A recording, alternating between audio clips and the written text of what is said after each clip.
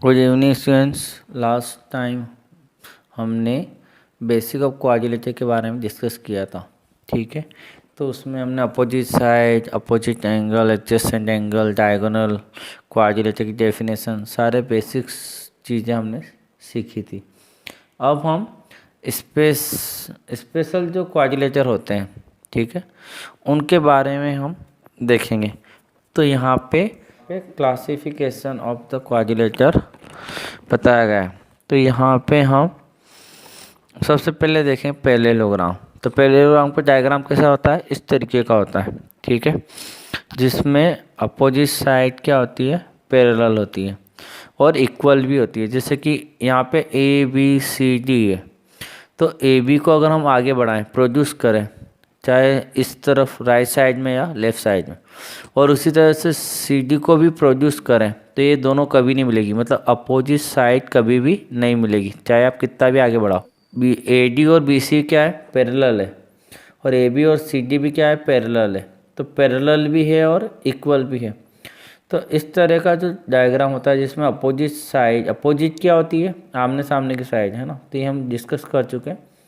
तो opposite side अगर parallel होती है और इक्वल होती है तो वो होता है पैरेललोग्राम, ठीक है।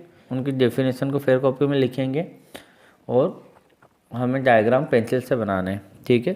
तो आपको मैं डेफिनेशन लिखवाता हूँ इसकी पैरेललोग्राम की। तो यहाँ पर ये डेफिनेशन है, a parallelogram is a quadrilateral. Parallelogram एक क्वाड्रिलेटरल है whose opposite side are parallel, जिसकी अपोजिट साइड क्या हो, पैरेलल हो, और इक्वल भी आप लिख सकते हैं, opposite side are parallel and equal, ये भी डाल सकते हैं। तो ये डायग्राम हुआ पैरेललोग्राम का। ये ए सी और बी डी क्या है, इसके डायगोनल है, ठीक है।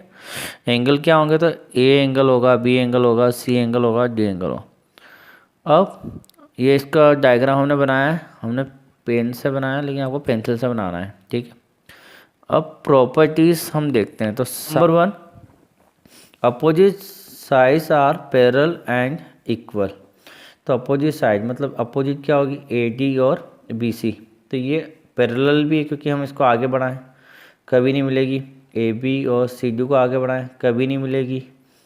तो पैरेलल साइड, अपोजिट साइड जो होती है वो पैरेलल भी होती है और इक्वल भी होती है।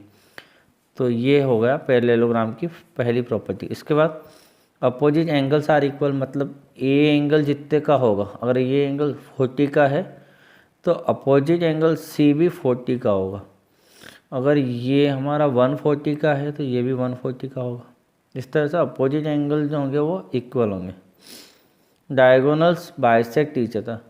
पैरेललोग्राम के जो डायगोनल है ए बी डी और ए सी बाइसेक्ट ईच अदर। मतलब कि बी डी लाइन ने क्या किया, बी डी लाइन जो है ये ए सी के इक्वल पार्ट बनाती है, और ए सी लाइन जो है वो क्या करेगी, बी डी के इक्वल पार्ट बनाएगी, मतलब बाइसेक्ट करेगी अदर को, अदर को बाइसेक्ट करेगी। ए सी लाइन किसको बाइसेक्ट करेगी, बी डी को, और बी डी किसको बाइसेक्ट करेगी, ए सी को। तो डायगोनल बाइसेक्ट ईच अदर, एक दूसरे को बाइसेक्ट करते हैं। तो ये हमारी प्रॉपर्टी हुई पैरेललोग्राम की, ठीक है बच्चों। नेक्स्ट डेफिनेशन हम देखेंगे रेक्टेंगल। रेक्टेंगल जो हमारे पास है वो पैरेललोग्राम का एक टाइप्स होता है, मतलब क्वाड्रिलेटर से क्या बना है, पैरेललोग्राम बना है। लेकिन पैरेललोग्राम को ही अगर हम आगे बढ़ाएं, उसमें ही कुछ स्पेसिफिकल डायग्राम बन जाए, तो पैरेललोग्राम किस में चेंज हो जाएगा, रेक्टेंगल में चेंज हो जाएगा, रोम्बस में चेंज हो जाएगा, स्क्वायर में चेंज हो जाएगा। मतलब रेक्टेंगल, रोम्बस और स्क्वायर एक तरह से है क्या, पैरेललोग्राम है, लेकिन वो पैरेललोग्राम में कुछ और स्पेशल प्रॉपर्टीज आ गई है जो पैरेललोग्राम में पहले नहीं थी। जैसे फॉर एग्जांपल रेक्टेंगल की डेफिनेशन में क्या, a parallelogram whose each angle is 90। Parallelogram जो अगर है और उसके सारे एंगल अगर 90 के हम बना दें तो वो पैरेललोग्राम किस में कन्वर्ट हो जाता है, रेक्टेंगल में। तो रेक्टेंगल की डेफिनेशन हम पैरेललोग्राम की बेस पर देंगे कि a parallelogram whose each angle is 90, एक ऐसा पैरेललोग्राम जिसके सारे एंगल क्या के हैं, 90 के। तो वो होगा इज कॉल्ड ए रेक्टेंगल, उसे रेक्टेंगल कहते हैं।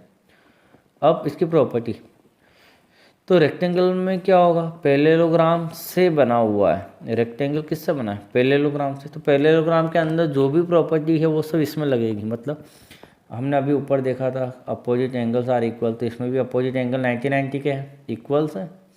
Opposite side are equal, opposite side भी इक्वल होती है रेक्टेंगल में। आप जानते हो कि लेंथ के इक्वल है, ब्रेथ के इक्वल होती है, ठीक है। और अपोजिट और diagonal bisect each other, diagonal bisect भी करते हैं, तो यहाँ पर भी करते हैं। लेकिन इसके साथ और क्या है, तो यहाँ पर है opposite side parallel and equal. ये तो प्रॉपर्टी पैरेललोग्राम की होगी, parallel and equal. All angles are 90, यहाँ पे एक प्रॉपर्टी हो गई कि सारे एंगल कितने के होते हैं, 90 के होते हैं। डायगोनल आर इक्वल, अब पैरेललोग्राम में क्या था, डायगोनल इक्वल नहीं थे, बाइसेक्ट ईच अदर। बाइसेक्ट जरूर करते थे कि AC ने किसको बाइसेक्ट किया था, BD को, BD के इक्वल पार्ट किए थे, और BD ने किसके इक्वल पार्ट किए थे, AC लाइन के। तो बाइसेक्ट ईच अदर तो है, लेकिन यहाँ पर एक प्रॉपर्टी और बढ़ गई, आर इक्वल, मतलब AC की जितने भी लेंथ है, मान लो AC आपका 10 दे रखा है, तो दूसरा डायगोनल भी इक्वल होगा, 10 के ही इक्वल होगा। तो रेक्टेंगल में क्या होता है, डायगोनल इक्वल भी होते हैं और बाइसेक्ट भी करते हैं, तो ये आपको पता होना चाहिए, ठीक है बच्चों। डायगोनल किसे कहते हैं होता है आपको पता है, ये जो बीच की जो सेंटर की जो लाइन है ये होती है डायगोनल। ये इक्वल भी होते हैं और बाइसेक्ट भी करते हैं। मतलब बाइसेक्ट आप समझ ही गए होंगे कि AC ने किसके 2 पार्ट कर दे, BD वाली लाइन के 2 इक्वल पार्ट कर दी, और BD ने किसके इक्वल पार्ट किए, AC के, ठीक है। तो ये जो पॉइंट है इंटरसेक्टिंग पॉइंट, ये सेंटर में होगा, मिड पॉइंट होगा दोनों लाइन का, ठीक है। अब नेक्स्ट डेफिनेशन हम देखेंगे रोम्बस की। तो रोम्बस हमारे पास जो है वो भी एक स्पेसिफिक पैरेललोग्राम है। तो रोम्बस भी एक स्पेसिफिक पैरेललोग्राम होता है। A parallelogram whose all side are equal, ऐसा पैरेललोग्राम जिसकी सारी साइड क्या है, इक्वल है, ठीक है, इज कॉल्ड द रोम्बस। तो रेक्टेंगल में क्या अपोजिट साइड इक्वल होती है और पैरेलल होती है, लेकिन इस पैरेललोग्राम में क्या होता है, ऑल साइड इक्वल हो जाती है। तो ऐसा पैरेललोग्राम जिसमें सारी साइड इक्वल हो वो होगा रोम्बस, ठीक है। अब इसमें सारी प्रॉपर्टी पैरेललोग्राम की तो लगेगी, तो opposite side are equal and opposite angles are equal, diagonal bisect each other. लेकिन इसके अलावा side are equal and parallel, तो अपोजिट साइड या all side parallel, opposite side तो पैरेलल हो गई है ना, और इक्वल क्या हुआ, तो ऑल साइड आर इक्वल, सारी साइड इक्वल है। तो पैरेलल के लिए अपोजिट साइड को बता देंगे और इक्वल ऑल साइड होती है। इसके अलावा अपोजिट एंगल्स इक्वल होते हैं। Diagonal bisect each other at right angle, diagonal bisect करते हैं लेकिन किस एंगल पे, राइट एंगल, मतलब वो जो सेंटर का जो पॉइंट होता है वहाँ पर 90 का एंगल बनता है। तो यहाँ पे ये जो पॉइंट होगा, यहाँ पे ये जो डायगोनल बाइसेक्ट करेंगे एक दूसरे को, मतलब AC ने किसके 2 पार्ट कर दिए, BD के, और BD ने किसके कर दिए, AC के। लेकिन ये जो पार्ट होगा ये यहाँ पे दोनों बाइसेक्ट किस एंगल पे करेंगे, 90, मतलब डायगोनल के बीच में जो एंगल बनेगा वो कितने का बनेगा, 90 का। तो रोम्बस में ये होता है कि रेक्टेंगल में 90 नहीं बनेगा, बीच का एंगल 90 नहीं होगा, केवल डायगोनल इक्वल होंगे, बाइसेक्ट करेंगे। इसमें डायगोनल बाइसेक्ट करेंगे, इक्वल नहीं होंगे, डायगोनल की लेंथ इक्वल नहीं होगी, केवल बाइसेक्ट करेंगे और बीच का एंगल कितने का बनेगा, 90 का बनेगा। रोम्बस में ये प्रॉपर्टी है। नेक्स्ट है स्क्वायर। स्क्वायर भी एक पैरेललोग्राम का टाइप्स होता है। तो a parallelogram whose all side are equal and each angle is 90। तो यहाँ पे ऑल साइड इक्वल होती है, तो रोम्बस में भी ऑल साइड इक्वल, लेकिन ऑल साइड इक्वल होने के साथ क्या लिखा, ईच एंगल इज 90, सारे एंगल 90 के होते हैं। प्रत्येक, ईच मतलब सभी एंगल, ईच एंगल प्रत्येक एंगल, एक एक एंगल 90 के होते हैं। तो यहाँ पे हम ऑल एंगल्स आर 90 ये भी लिख सकते थे, अगर ईच की जगह पे ऑल लिखेंगे तो एंगल्स के बाद आर इज 90, ये भी सही रहेगा, ठीक है। Is called a square. तो ये रहा एक तरह से स्क्वायर। तो इसमें ऑल साइड इक्वल होती है और सारे एंगल कितने के होते हैं, 90 के। और प्रॉपर्टी क्या लगती है, तो पैरेललोग्राम की सारी प्रॉपर्टी तो लगेगी इसमें, है ना। इसके अलावा अपोजिट साइड आर पैरेलल, ये तो लगना ही है, opposite side are parallel, parallelogram की property. All side are equal and all angles are 90, सारे साइड इक्वल और सारे एंगल 90 के, ये प्रॉपर्टी है। डायगोनल आर इक्वल, अब रोम्बस में क्या था, डायगोनल इक्वल नहीं थे, केवल दोनों के बीच का जो एंगल था वो 90 था। तो यहाँ पर भी 90 बनेगा, लेकिन डायगोनल भी इक्वल होंगे। तो यहाँ पे एक चीज़ ज़्यादा बढ़ जाती है कि diagonals are equal and bisect each other at right angle. Right angle का मतलब 90 डिग्री पे बाइसेक्ट करते हैं। तो रोम्बस की सारी प्रॉपर्टी इसमें लग रही है। तो जितने भी रोम्बस हैं वो हमारे स्क्वायर नहीं हो सकते, है ना, क्योंकि रोम्बस में स्क्वायर की प्रॉपर्टी नहीं लगती।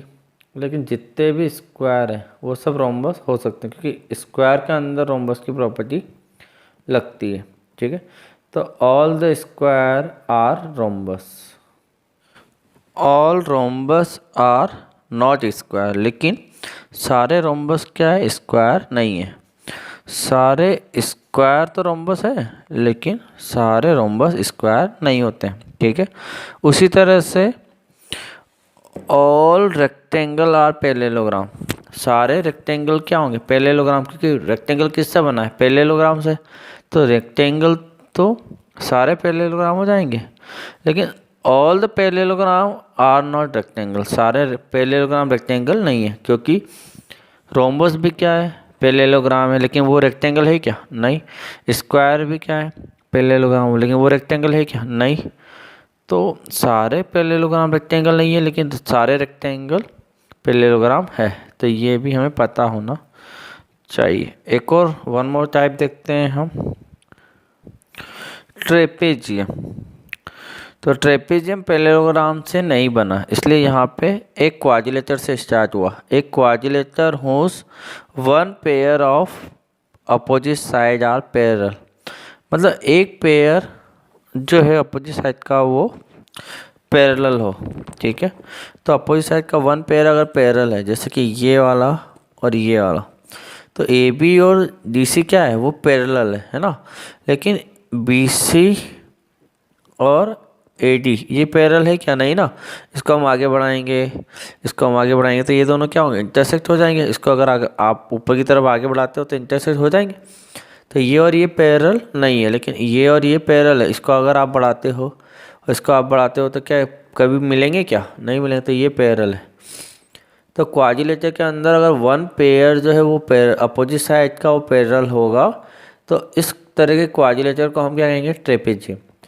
तो पैरेललोग्राम में क्या होता है, दोनों पेयर पैरेलल होते हैं, लेकिन यहाँ पर केवल वन पेयर पैरेलल होता है, ठीक है।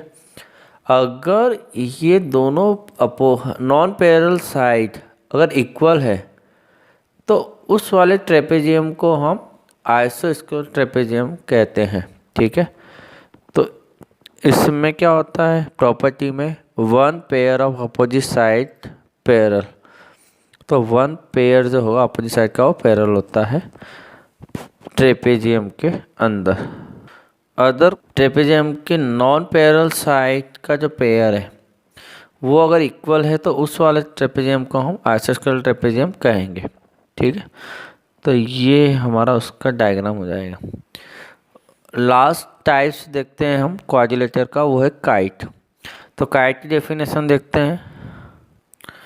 तो इसकी डेफिनेशन है, एक quadrilateral with two distinct pair of equal adjacent side. Adjacent side क्या होती है, वो आपको पहले प्रीवियस वीडियो में बताया गया है। अगर यहाँ पे क्वाड्रिलेटर की जो पेयर है एडजेसेंट साइड का ये इक्वल है, तो ये पेयर इक्वल है, और उसके अलावा जो अदर जो एडजेसेंट साइड है उनका पेयर इक्वल है। तो देखो ये बी सी और डी सी, और ये दोनों इक्वल है, AD और AB ये एडजेसेंट साइड इक्वल है, तो इस तरह से जो डायग्राम बनता है, ये जो शेप बनता है, ये किसका बनता है? काइट का बनता है। ठीक है, तो एडजेसेंट का पेयर इक्वल होता है काइट के अंदर। अपोजिट साइड इक्वल नहीं होती, एडजेसेंट साइड, पास पास वाली साइड इक्वल होती है। ठीक है, इसकी जो प्रॉपर्टी होती है वो होती है diagonal intersect at right angle. Intersect करते हैं, बाइसेक्ट नहीं करते हैं, केवल इंटरसेक्ट, मतलब कि अगर ये डायगोनल हमने बनाया है तो इनके बीच का जो एंगल है वो 90 होगा। इंटरसेक्ट करेगा, इक्वल हो जरूरी नहीं। ठीक है, और एक जो है डायगोनल दूसरे अदर मतलब one diagonal bisect the one other diagonal, एक ही डायगोनल दूसरे अदर डायगोनल को बाइसेक्ट करेगा, लेकिन एक डायगोनल अदर वाले को बाइसेक्ट नहीं करेगा। मतलब अगर देखा जाए AC जो है इस डायग्राम में BD को बाइसेक्ट कर सकता है, लेकिन BD जो है वो AC को बाइसेक्ट नहीं करेगा। तो कि जो लॉन्गर वाला डायगोनल जो है वो छोटे वाले डायगोनल को बाइसेक्ट करता है। तो हम यहाँ पर थर्ड वाला पॉइंट लिखते हैं, the longer diagonal of the kite bisect the shorter one. Angles between unequal side are equal, और एंगल जो होंगे किस अनइक्वल साइड के बीच वाले, मतलब ये साइड और ये साइड अनइक्वल है, तो ये जो एंगल है वो इक्वल होगा अपोजिट एंगल के। तो angles between unequal side are equal, unequal side के जो एंगल्स होते हैं वो आपस में इक्वल होते हैं। अगर ये 120 का है तो ये भी आपका 120 डिग्री का होगा। ठीक है, तो ये आपके इक्वल हो जाएंगे अपोजिट एंगल। तो बच्चे ये सारी डेफिनेशन और डायग्राम आपको फिर कॉपी में लिखना है, और डेफिनेशन और प्रॉपर्टीज़ को अच्छे से याद करना है बच्चों। तो आज की वीडियो में केवल इतना ही, नेक्स्ट वीडियो में हम एक्सरसाइज स्टार्ट करने वाले हैं। Thank you very much.